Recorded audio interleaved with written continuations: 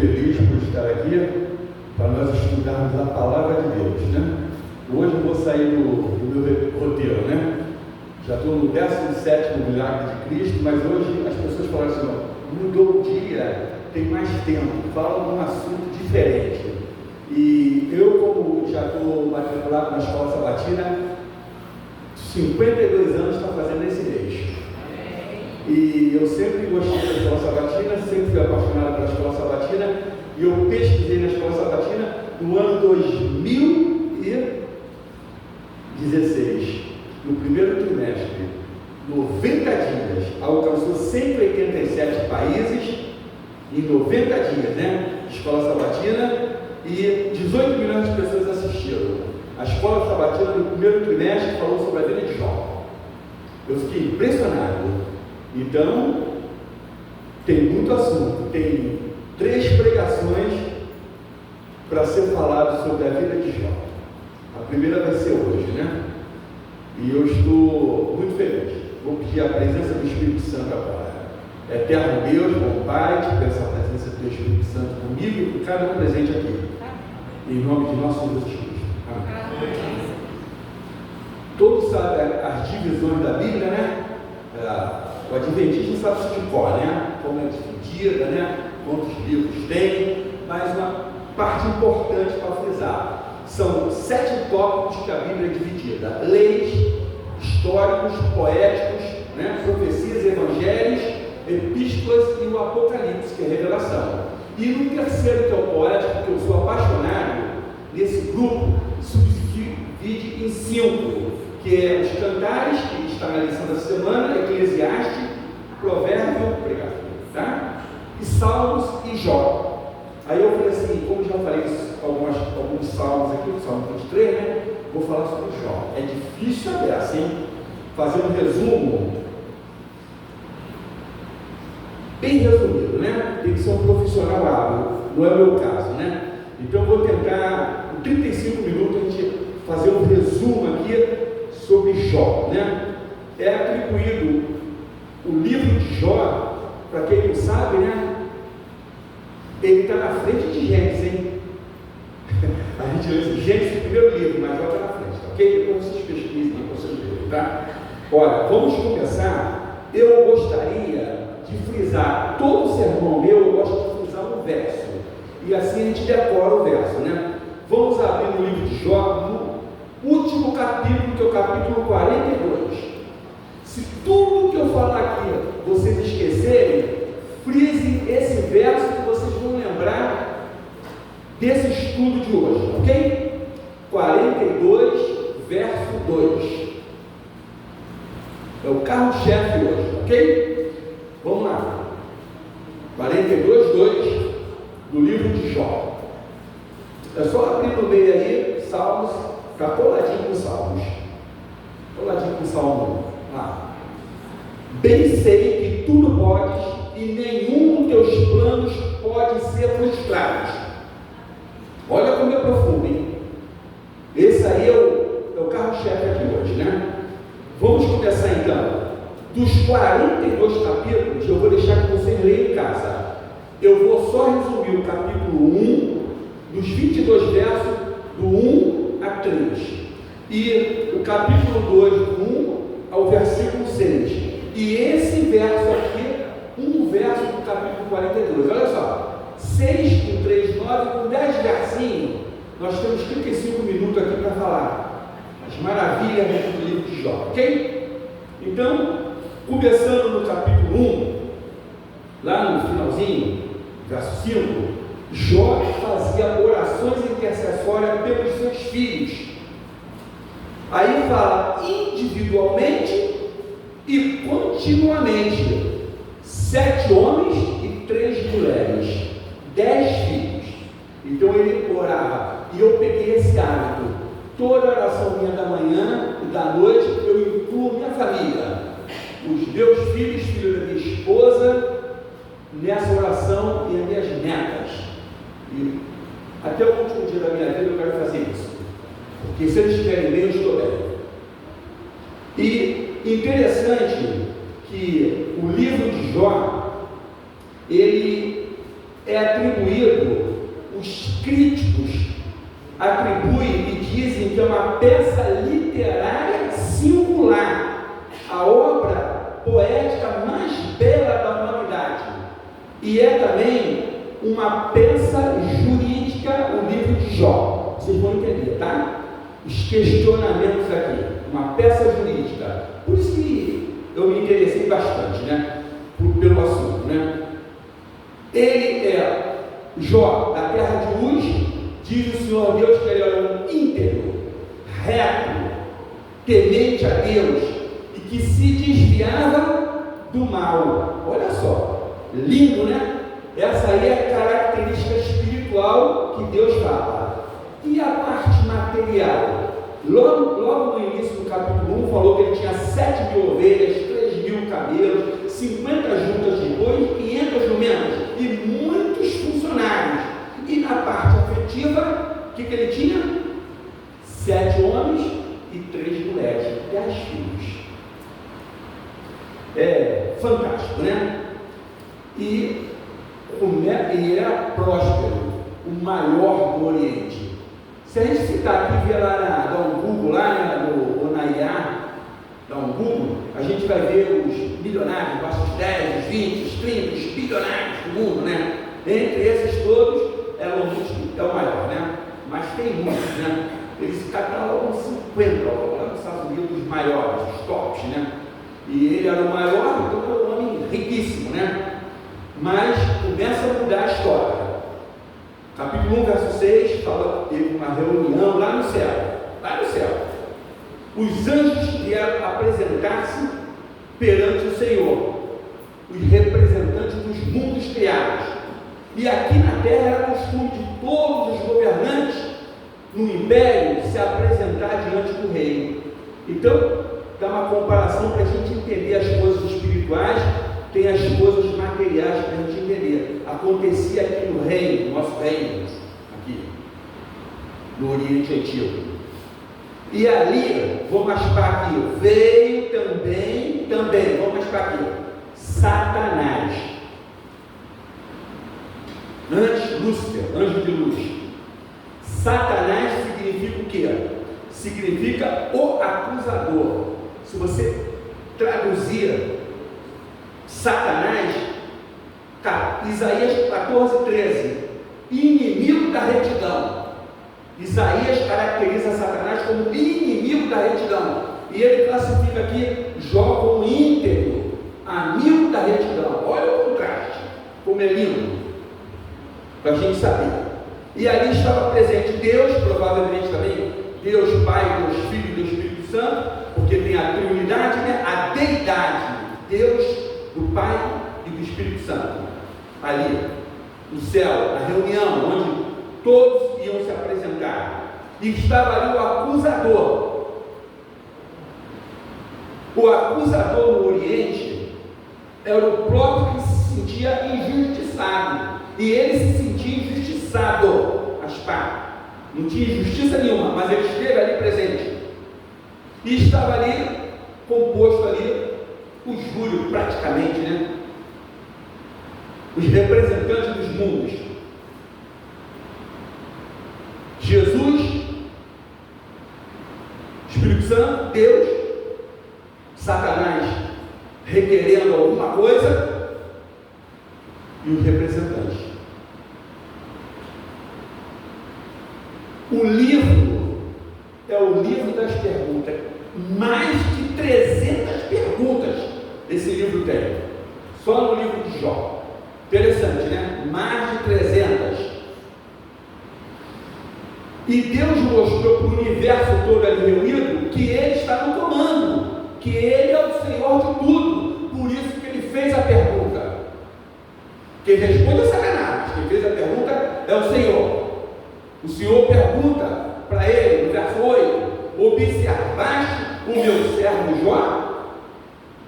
Esse é um termo militar usado aqui no livro de Josué. Nós estamos estudando quando eles foram espiar a terra de Canaã, Josué e Caleb, né?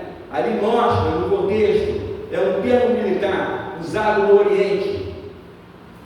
E Deus falou: observaste O acusador acusa Deus e a Jó diante do universo todo. Sabe o que ele fala no verso 10? Acompanha comigo. Tu o cercaste. Nós então estamos cercados com a misericórdia de Deus. Senão ele vem como um leão e nos pega. Então, aprende isso. Nós estamos individualmente, cada um, cercados por Deus. Né? De onde vens? Eis a pergunta, ele responde: de rodear e passear pela terra, verso 7, capítulo 1. Isso é uma expressão idiomática. Isso é uma ofensa direta do Criador. Por quê? Quando Deus criou Adão e Eva, ele passeava ali, rodeando, para saber as condições dos seres criados, do casal criado. E ele usou essa expressão, dizendo o quê? Requerendo alguma coisa. Por isso que é uma peça jurídica, é uma expressão idiomática, uma ofensa direta ao Criador, se dizendo que era dono de alguma coisa. Porque em Gênesis fala que Deus passeava pelo jardim. Interessante isso.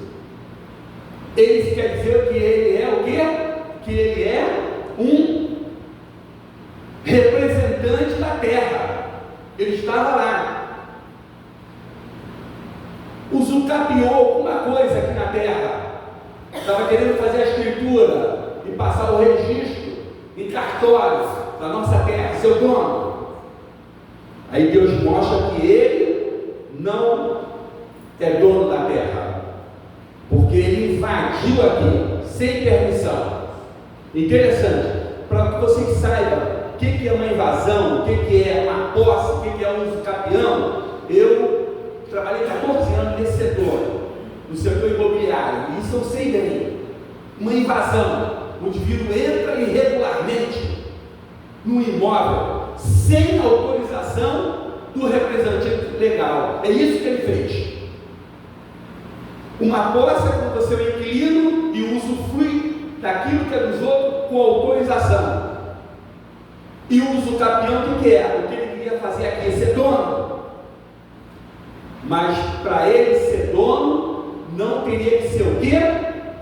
Não teria que ter conflito com os proprietários. E aqui estava o conflito.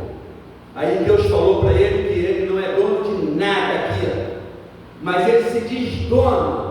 Tanto é que ele fala essa expressão idiomática aqui no livro.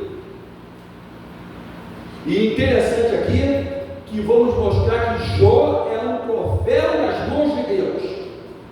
Lindo isso. Um troféu nas mãos de Deus. Ele lança 3 teses com a sabedoria para o mal. Ele lança 3 teses. Capítulo 1, 15, 18, capítulo 1, 19, capítulo 2, verso 7. 1, 15 e 18. Toca no seu dinheiro, toca na sua família, toca no seu corpo, na sua saúde, e ele vai blasfemar na tua cara. Aqui fala fácil, mas aqui é meio internacional. Hoje fala na cara. Olha que falta de respeito. Um ser criado falando com o Criador diante do representante do universo. E ele usa os 3 elementos para passar o rolo compressor em cima de Jó. Rapidamente, ele teve uma autorização parcial para fazer a tentação, mas não tocar na vida, porque a nossa vida está segura nas mãos de Deus. Nós estamos cercados pelo poder de Deus. Ninguém tira a nossa vida, ninguém toca sem a permissão de Deus. Amém? Usou os 3 elementos, os sabeus, 1,15. O que aconteceu? Um mensageiro veio correndo e falou: só eu salvei, só eu me livrei. Os sabeus estiveram lá e pegaram as 500 juntas de bois e as 500 jumentas, mataram todos certo. Só eu salvei para te trazer a notícia.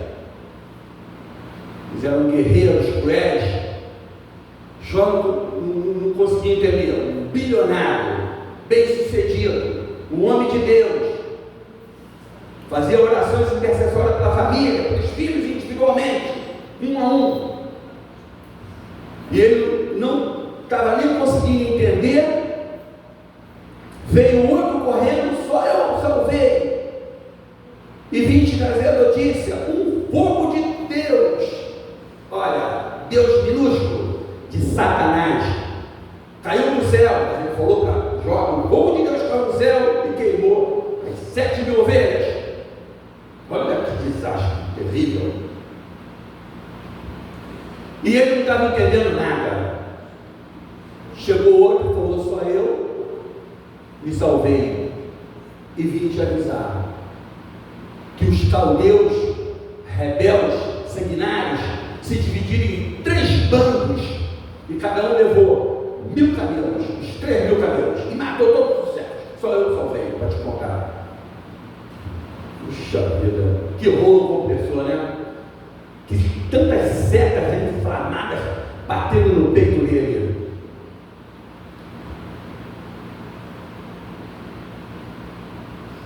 E por último, para completar aqui a tragédia que eu já não suportava nem a primeira, mas vou contar a última aqui.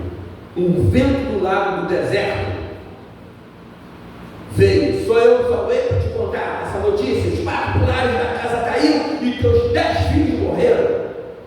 7 filhos e 3 filhas. Verso 1, 19. E logo a seguir, o que Jó fez? Expirou 3 vezes, se humilhou diante de Deus. Como é que eles faziam? Rasgavam as vestes, colocava a cabeça no chão, na terra, e adorou a Deus. Raspou sua cabeça diante ali do pó, adorou o Senhor, quebrou todas as teses de Satanás. Eu vou ser dono, porque ninguém nos questiona, ninguém é justo, ninguém. Jó provou fidelidade a Deus, coisa que ele não foi. E no verso 21 falou: eu nu saí do ventre da minha mãe e nu voltarei. O Senhor Deus tomou tudo. Bendito seja o nome do Senhor. Amém? É forte, não é? Só isso aqui encerra toda a pregação, todo o estudo bíblico. Mas tem mais coisas aqui, ó. Isso aqui é a primeira etapa, a primeira reunião. Gostaria que terminasse aqui para a gente concluir, mas tem a segunda reunião no céu. Mas ele destruiu todas as teses satânicas. Deus, Espírito Santo, Jesus, os representantes do mundo devem ter aclamado, né? Mas teve a segunda reunião. Esse é o capítulo 2. Depois eu falo 8, depois o 42 para a gente encerrar. Que é muita informação maravilhosa. A segunda reunião celestial, Deus falou: Jó conserva a sua integridade, embora tu me incitaste contra ele para consumir sem causa. Satanás ficou humilhado diante dos representantes dos mundos, mas fez mais uma investida e responde a Deus, pele por pele, toca nos seus ossos, na sua carne, e ele blasfemará na sua cara. Olha como, que abuso, né? Ixi, que coisa horrível, né? E o Senhor permitiu, parcialmente, mas não a vida dele. A vida dele está nas minhas mãos. E ele saiu dali, verso 7 do capítulo 2, tumores malignos, câncer, desde a planta do pé até o alto da cabeça, se tornou um aborto vivo, carne de telha para se coçar. O hálito fedia, a carniça. Que coisa horrível. É de arrepiar. Me impressionou muito esses aspectos da vida de Jó. E no final, para arrematar, capítulo 2, verso 9, a sua própria mulher, que vivia no apogeu e na riqueza, perfumada, linda, maravilhosa, porque o rico é perfumado, anda bem vestido, é maravilhoso, né? É bonito, né? Ela chega ali e fala: ainda conservas a tua integridade? Faz uma pergunta, e ela mesmo lança setas inflamadas contra ele, como o inimigo fez: amaldiçoa o teu Deus e morre. Ela não falou amaldiçoa o nosso Deus, não. Era o nosso Deus na riqueza e na prosperidade, agora é o teu Deus só. E ele humildemente falou para ela no verso 10: falas como qualquer uma doida. Nem chamou ela de doida. Ah, se fosse Lobiano, tá louco? Qualquer uma doida. Fala como qualquer uma doida. Causa efeito, efeito causa. Os critérios acusatórios em cima dele já estava demais, né? E depois os 3 amigos, Jerifá, Bildad e Zofá, também questionando ele, estiveram junto com ele naquela situação, e era um homem da sociedade, porque ele era bilionário, era o homem mais rico do Oriente. E o rico não tem amigo pobre não, sabia? Pobre é amigo pobre, rico só tem amigo rico. E aqueles 3 homens que eram amigos dele, ficou 7 dias ali com ele, não levaram nenhuma oferta para ele, porque achavam que ele, que Jó, era culpado. Aí não iam desagradar a Deus, levar alguma coisa, não levaram nada para Jó.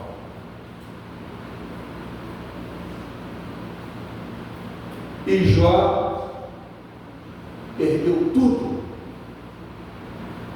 É uma coisa lógica, né? Eu já vou fazer 70 anos, enterrar meus filhos, enterrar minhas netas. O normal é minha neta me enterrar. Eu já estou no final da jornada. Minha neta está com 11 anos, outra está com 4 anos, meu filho está com 44 anos, outro está com 36 anos. Não é normal isso. Aí Jó caiu a ficha: por que, Senhor? Por que, Senhor? Fez 16 perguntas nos 42 capítulos que vocês vão ler em casa. 37 queixas e 50 lamentos a Deus.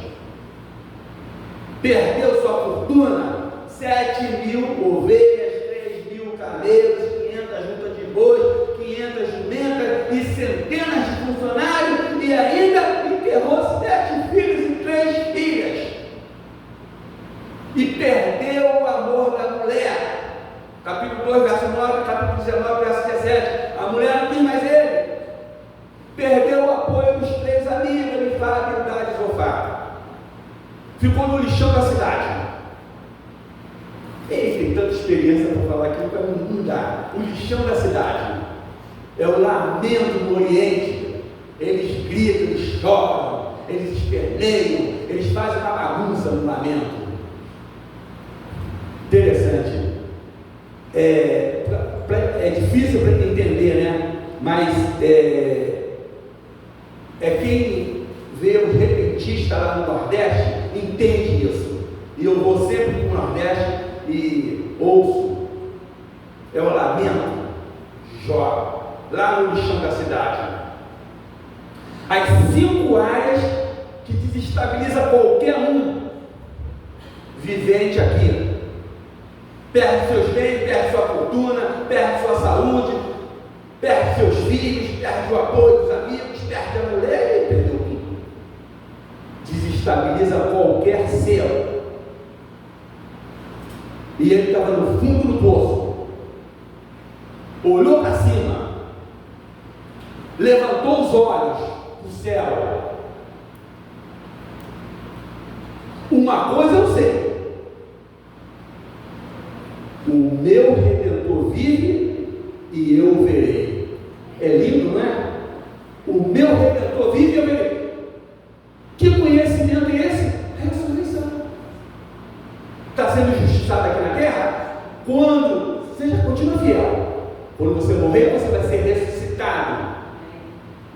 Poder de Deus, você vai ser ressuscitado. Quem estiver vivo vai ser transformado. E o Senhor não vai pisar, não, vai ficar nos ares. E quem estiver ressuscitado, quem estiver transformado, os vivos, vão subir, se encontrar com o Senhor e vão para onde?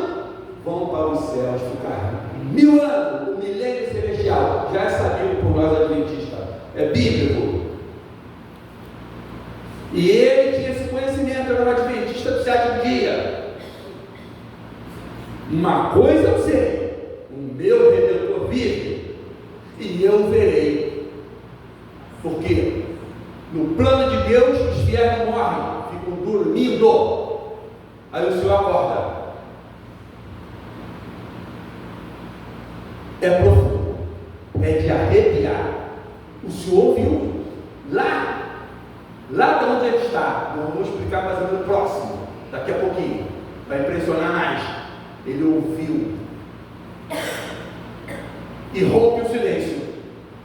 O Senhor rompeu o silêncio. Mas olha a sabedoria divina.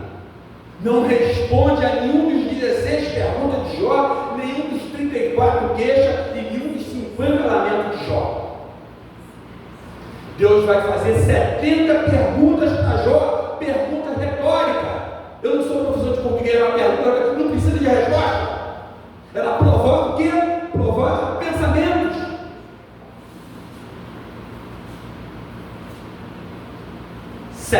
Vou falar 4, e vocês, 66 vocês estudam em casa, capítulo 1 a capítulo 42, mas decorem só o verso 2, hoje. Bem sei que tudo pode, e nenhum dos teus planos pode ser frustrado.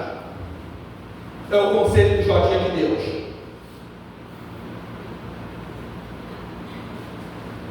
Primeiro, pergunta para Jó, são 70, vocês vão em casa, hein? Eu estou dando uma lição de casa para vocês. Onde tu estava, Jó? Quando eu lancei os fundamentos da terra, onde você estava? Ele ficou impressionado. Onde eu estava? Eu estou aqui, eu nem sei aonde eu vou estar. Onde eu estava? Onde tu estavas? Segunda, onde tu estava quando eu espalhava as estrelas no firmamento? Ele falou, isso aí é astronomia, isso é uma ciência muito elevada para me entender. Onde tu estava quando eu cercava as águas do mar, para não invadir a terra com as minhas mãos? 7 oceanos. Onde tu estava? Com as minhas mãos. Onde tu estava 50, onde tu estava 60, onde tu estava 70. Só essas 4, tá bom. Jó vai se encolhendo, vai se esconder, vai se agachando, ele vai se agachando, ele some diante de Deus. Eu também sumiria, coisa de doido, né? É profundo demais, né? Só essas 4 impressionam. Onde tu estavas? E ele começa a reconhecer a grandeza do Criador. E as verdades claras e cristalinas vão mudando sua vida, a sua história. Por isso que ele responde aqui, 42:2. Bem sei que tudo podes e nenhum dos teus planos pode ser frustrado. Decore isso aí. Aí quando decorar esse verso vem a mensagem. Sabe o que ele reconhece com isso? A onipotência, onisciência do nosso Deus Todo-Poderoso, do Altíssimo. Ele reconhece que nós humanos somos fracos, contraditórios, ambíguos, paradoxal. Nós temos uma esquizofrenia dentro da gente. Queremos fazer o bem e às vezes fazendo o mal, como Paulo fala. Por isso que nós carecemos do poder de Deus. Senão a gente seria o quê? Possessão de Satanás. Eu trouxe bastante experiência aqui. Eu, há 52 anos atrás, eu trabalhei na comportagem. Eu fui licenciado e credenciado na comportagem. Eu fui efetivo na comportagem e eu vendi um livro que acho que ninguém sabe. Quem conhece o livro Pérolas Esparsas? Lima é antigo na reportagem também, mais de 50 anos também, né? Pérola do Espaço. Eu vendi esse livro, as histórias Pérola do Espaço. Eu vendia o conjuntinho de revista e uma da Rua Atalaia. Também conhece? É da nossa época.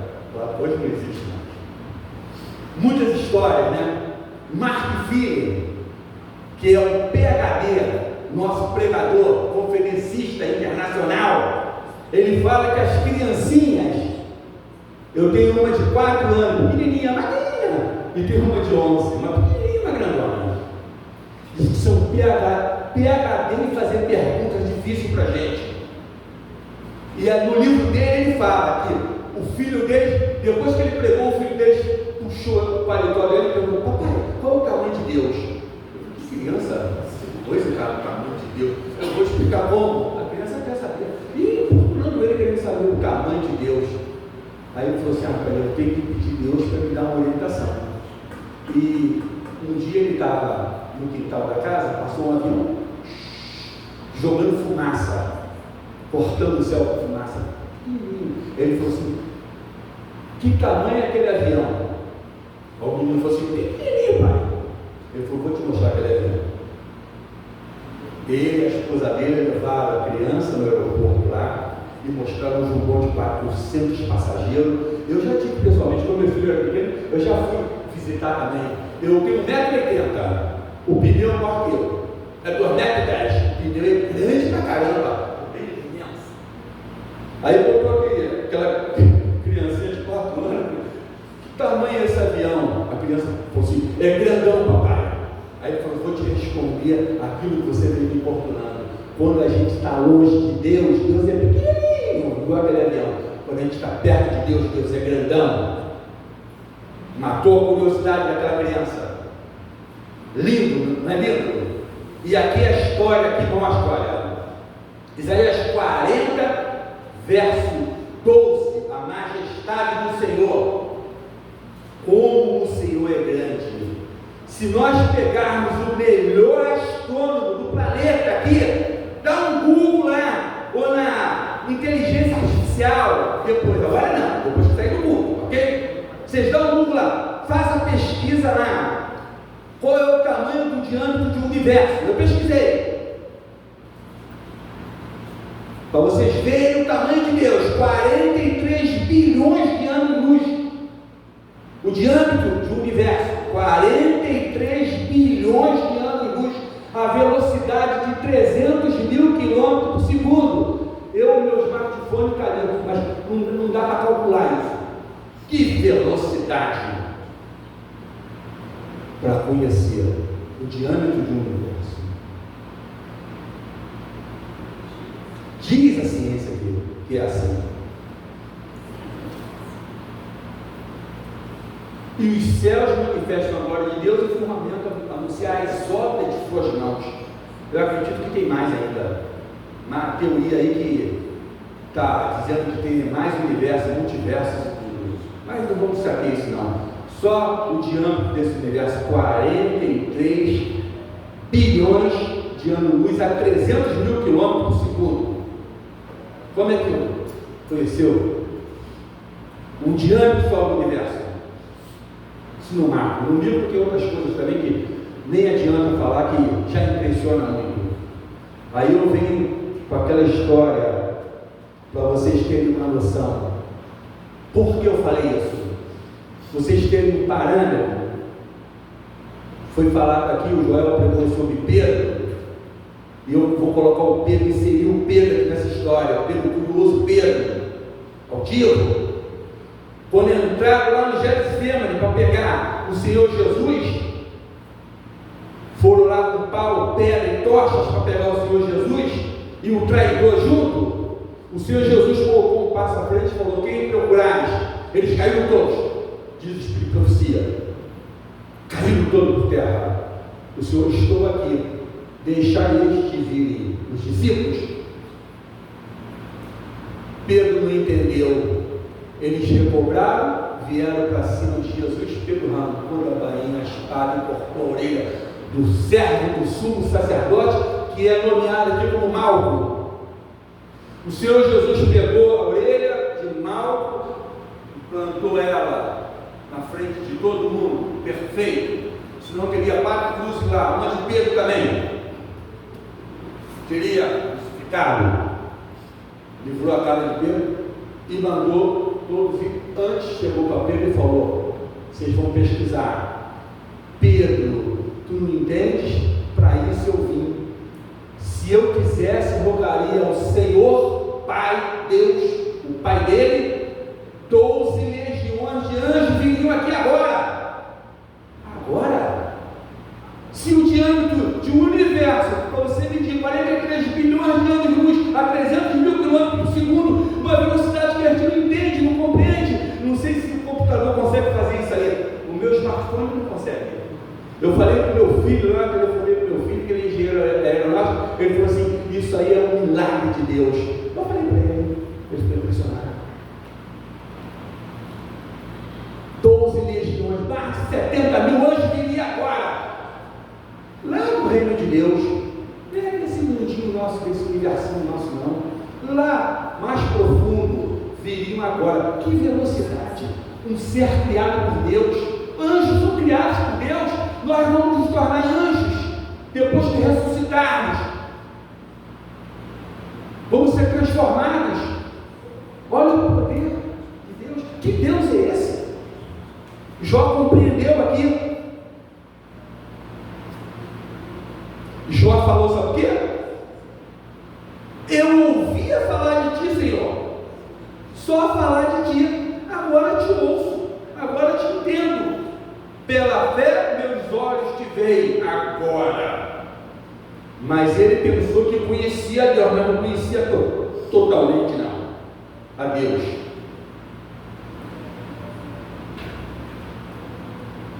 Esses 1000 anos que nós tivemos lá no milênio celestial, sabe o que nós vamos estar fazendo nesses 1000 anos lá no milênio celestial? Sabe o quê?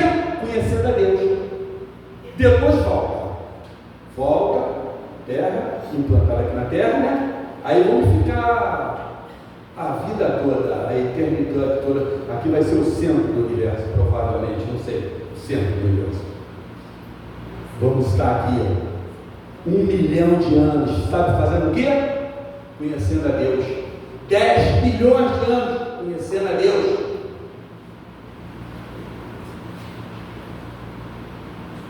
Deus é inesgotável, é eterno, é dinâmico. Aí Jó fala: estou começando a te conhecer. Tem 6 histórias aqui, eu vou contar só mais uma só, para fechar dentro do horário, ok? O menino de 16 anos foi trabalhar no McDonald's, nos Estados Unidos. Aí todo mundo reconheceu que ele era do interior, não conhecia o mar. Aí vamos fazer uma vaquinha para ele conhecer o mar, vamos levar ele no mar? Vamos levar a vaquinha e levar ele no mar. Aí ele mudou o mar e falou: agora eu conheço o mar.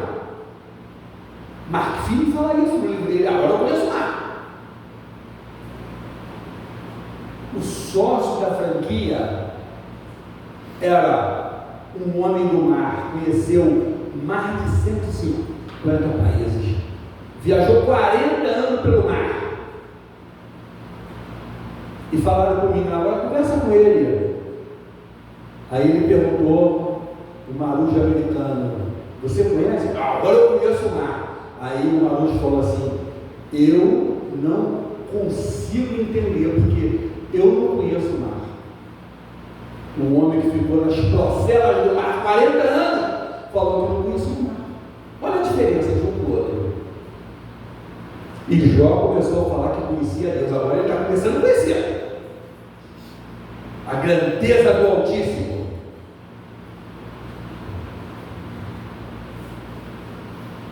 E interessante que aquele homem destruído, acabado, no lixão da vida, estava intercedendo. Sabe por quê? Ele intercedia pelos filhos, pelas filhas. Agora, no momento, ele estava intercedendo pelos amigos que colocaram seta acusatória nele, passaram um rolo compressor na vida dele.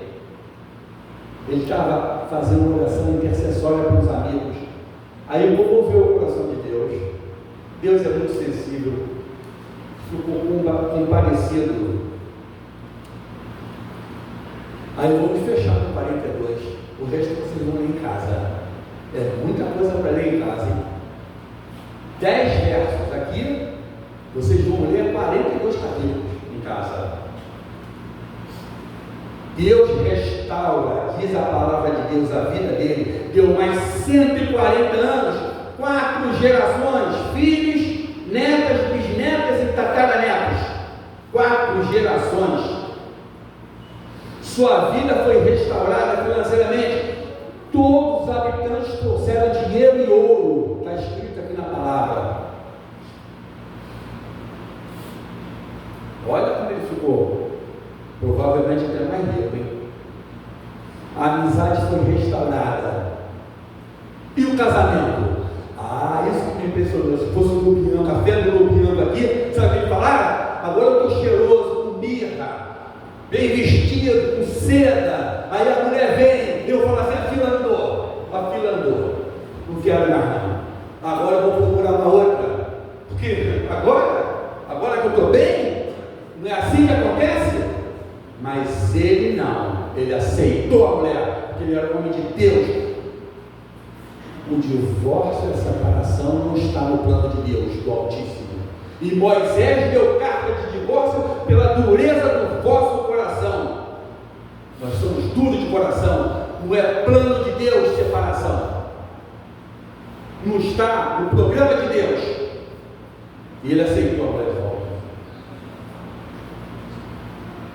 E Deus vendo aquele homem reto, temente a Deus.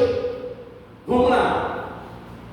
Capítulo 1, verso 12, capítulo 42, 12. Deus deu tudo em dobro para ele. 7.000 ovelhas. Quanto Deus deu para ele? Não precisa fazer conta matemática aí. 7 vezes 2 dá quanto?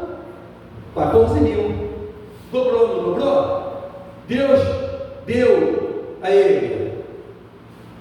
Tudo dobrado. 3.000 camelos. Quanto Deus deu para ele? 500 juntas de boi, quanto Deus para ele? Vamos lá, quem é bom de matemática? 500 jumentas, quanto Deus deu para ele? Vamos rápido, hein? Quanto? 7 filhos homens, quanto Deus deu para ele? 7 só. 3 filhas mulheres, quanto Deus deu para ele? Só 3. Rápido, sabe por quê? Porque Deus que ressuscita animais, boi, nem camelo, nem vaca, nem jumento, nada. Deus morreu por ser humano. Por isso que Deus deu 7 homens e 3 mulheres, as 3 mulheres, as 10 belas do Oriente. Sabe por quê? Porque como os filhos originais são filhos dele, os primeiros ressuscitarem, vai ser 14 homens e 6 mulheres. Dobrou. Juntou, que Deus dobrou, juntou os que ressuscitou, porque quem morre em Cristo não morre, ressuscita. Vai ser 14 e vai ser 6. 14 com 6 20. Deus dobrou tudo. Tem um amigo que me perguntou: meu animal de estimação vai ressuscitar? Não, ele recria. Ressuscitar só ser humano. Aí agora a gente vai repetir esse verso 42, 12. Bem sei que tudo podes, e nenhum dos teus planos pode ser o quê?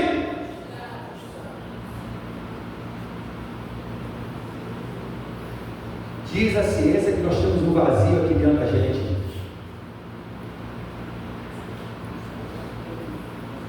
Num formato de Deus, só Ele preenche.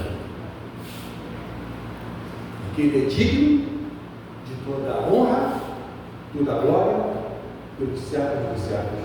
Amém. Nós vamos encerrar com o hino 208. Confia em Deus. Te pedimos a presença do Teu Espírito Santo individualmente para cada um presente aqui. Que fique gravado na mente tudo aquilo que foi falado de Ti, Senhor. Que o Espírito Santo possa usar na hora oportuna, quando nós precisarmos, para nos lembrar aquilo que nós ouvimos. Nos estimula a estudar a Tua palavra, Senhor, para fortalecer a nossa fé em nome, pelo amor e pelo sangue de nosso Senhor e Salvador Jesus Cristo. Amém. Amém.